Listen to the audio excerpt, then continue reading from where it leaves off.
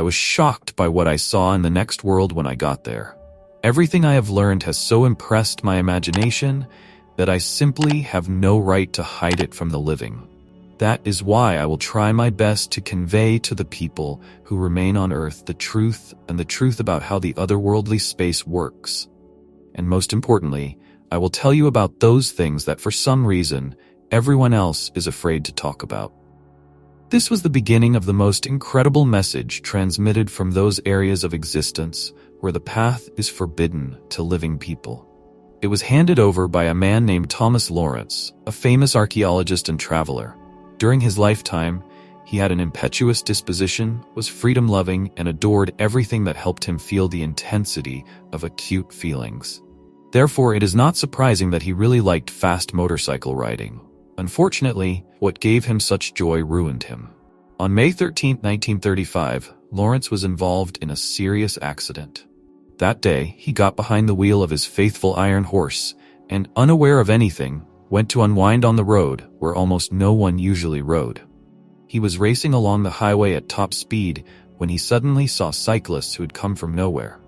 In an attempt to avoid them, he lost control and crashed. Doctors have been fighting for his life for a long time. The battle with death lasted for several days, but unfortunately, the doctors did not succeed. On May 19th, Lawrence passed away, and the story could have ended there. But 3 years after his death, Thomas Lawrence suddenly got in touch, already from the other side of our mortal existence.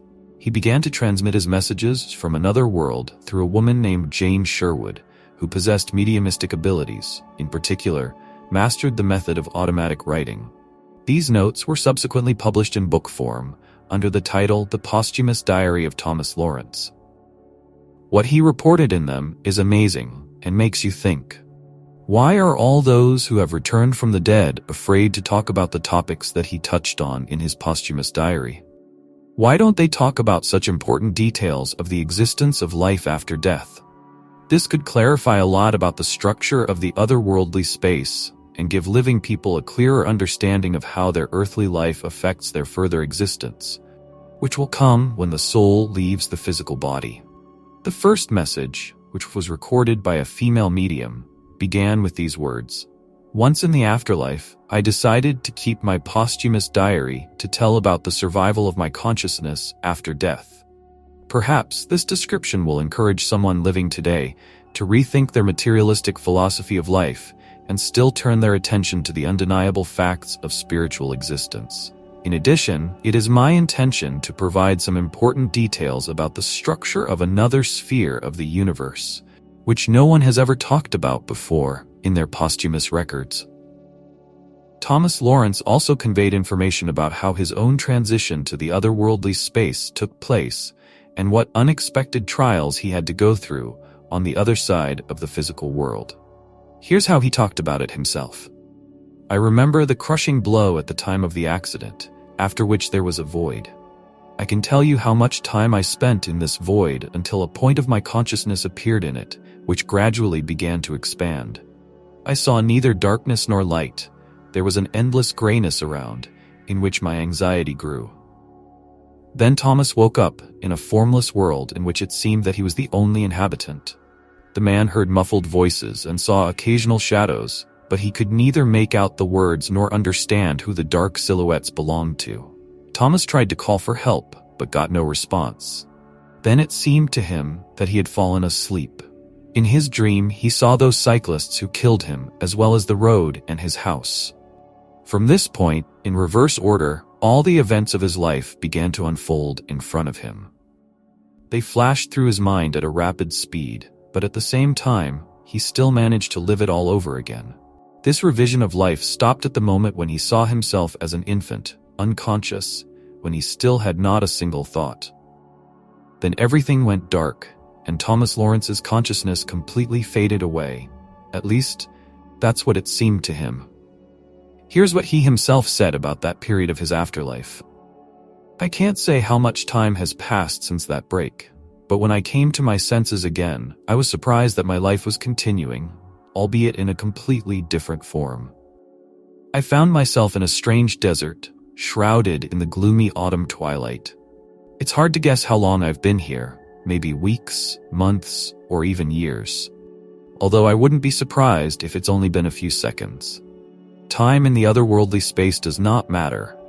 But what struck me most was that the familiar world for me had completely disappeared, and everything around seemed like a nightmare. I waited for the awakening, but instead the conviction grew in me that I was dead. I used to think that death would put an end to everything, that I would just fade away, but fortunately, I was wrong. Although I must admit, what was happening to me on the other side of mortal existence was very frightening, because it was completely unclear what to do next, and what would happen to me. After a while, the fog lifted a little, and Thomas Lawrence began to make out the vague outlines of houses, trees, and hedges. He thought he saw a city and wanted to head towards it. Thinking about this city, the man found himself rapidly approaching its outskirts. Thus, Thomas Lawrence received the first indication that thought influences movement in that world. Here is what he himself said about it in his messages from the other world.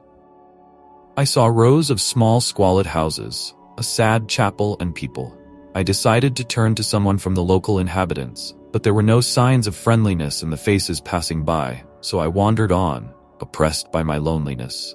The more my loneliness and fear increased, the more threatening the world seemed to me. I wanted to leave this gloomy place and return to Earth, and at that moment, for the first time, I felt someone's friendly presence.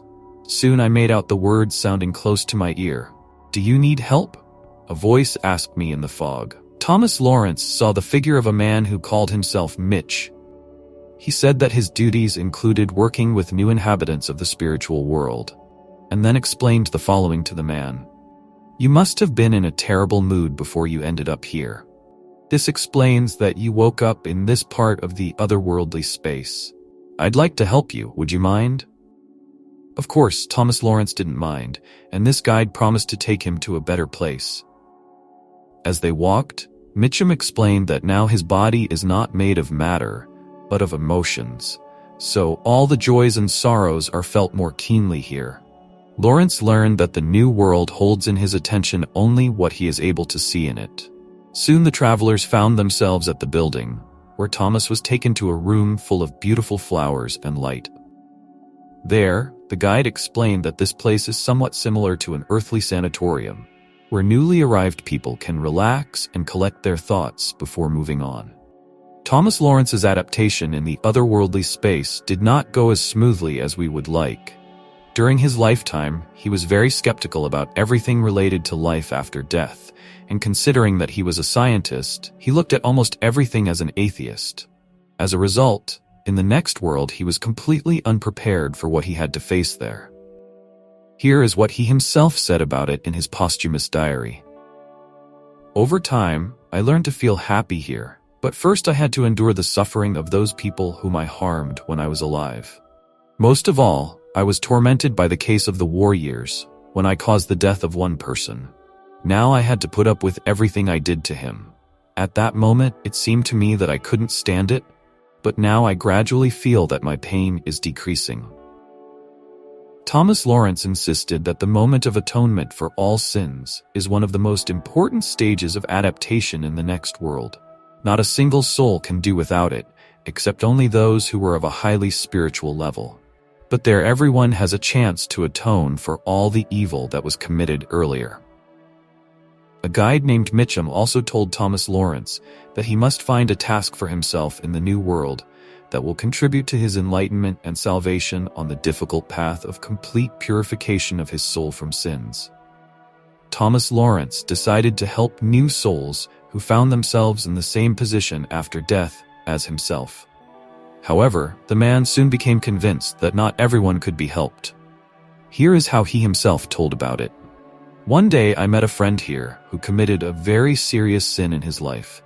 He was in the darkest sphere of otherworldly space, in a kind of stupor. I was told that he could stay in this state for a very long time, and that nothing could be done about it. In this state, he deprives himself of the company of his loved ones, who also reside in the spiritual world. But until he begins the path of ascension to the light, their meetings are not destined to happen. I was also warned that such souls remain in this kind of coma until they finally wake up from this darkness. And only after that they will be able to begin the process of complete purification, and as a result, ascent to higher spheres of existence. In addition to helping new inhabitants of another world, Thomas Lawrence began traveling and searching for those with whom he was familiar in his earthly life. Sometimes he succeeded, and such meetings were full of joy and warmth. But Thomas Lawrence warned that in fact, this is not so simple, because people are too different, and therefore live on different levels of otherworldly space, which cannot always be crossed. The further they are from each other in terms of purity of spiritual vibrations, the less chance they have of meeting. That is, if one of your loved ones is in the lower realms, and you immediately fell into the higher planes of existence, then it is unlikely that you will be able to meet. And not because someone won't let you in, but because the difference in your own vibrations simply won't allow you to see each other. But, unfortunately, many from the other world are silent about this, and completely in vain. Knowing this, people could try in advance to lead a well-behaved life in order to increase their chances of being together after death, as before. In one of his messages from the otherworldly space, Thomas Lawrence reported the following: "It's just a bad dream. Day and night, cold and heat, hunger and thirst. Now it's all gone. There is no more struggle for existence. I'm not afraid of death anymore because it doesn't exist." This fear should also be rejected by people living on Earth. However, they should know that in the otherworld we can only rely on what we have achieved in our earthly life. In the otherworldly space, we simply consolidate our earthly achievements, but we can't add anything else to our growth. I am deeply convinced that people should be aware of what awaits them in the other world.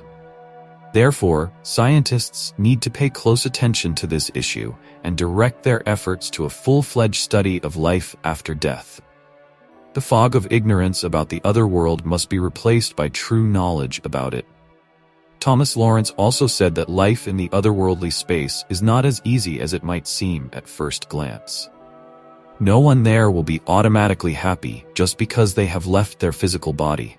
Of course, for someone who suffered from severe pain at the first stage, this may indeed seem like a relief. But it should be understood that in another world, you will still have to make efforts to find yourself in a place that we could call paradise. Only the spiritual qualities of a person are the key and a pass to the higher spheres of existence. Yes, there are no material problems familiar to living people, but a person who ignores spiritual development can create difficulties for himself again if he adheres to selfish views on life. On Earth, retribution for sins does not come immediately, but in the other world, everything happens at lightning speed. So the best thing you can do on Earth is to develop your spirituality and make the most of your natural talents, as they are an important task for the soul. And you should also become a merciful and compassionate person. Egoists and cynics in the next world will have to start all over again, and you will not envy such a fate in the afterlife. And those who have already lived during their lifetime, guided by spiritual aspirations, will continue their journey after death, and such amazing secrets of the otherworldly space will open up to them that at first they will seem like a real fairy tale, but in fact it will be the true reality. Dear friends, thank you for watching my video to the end. If you liked it, please like it, and don't forget to subscribe to the channel. It's very important. Thank you, and have a nice day.